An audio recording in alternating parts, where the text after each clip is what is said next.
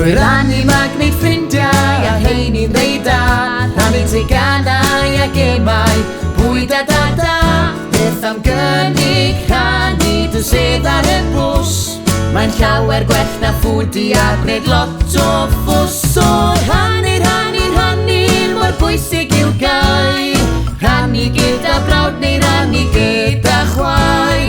Rhannu, rhannu, rhannu sydd yn codi gwyn ac yn dangos dy fod i'n gallu bod yn glyn. Rhannu yn y dosbarth neu gartre yn y tŷ, mor hyfryd i'w cael rhannu a chwarae da ti. Aros dy dro am y llythren a'r siglen am sbri, neu beth am ddweud hei ffrind cer di o flaen i'r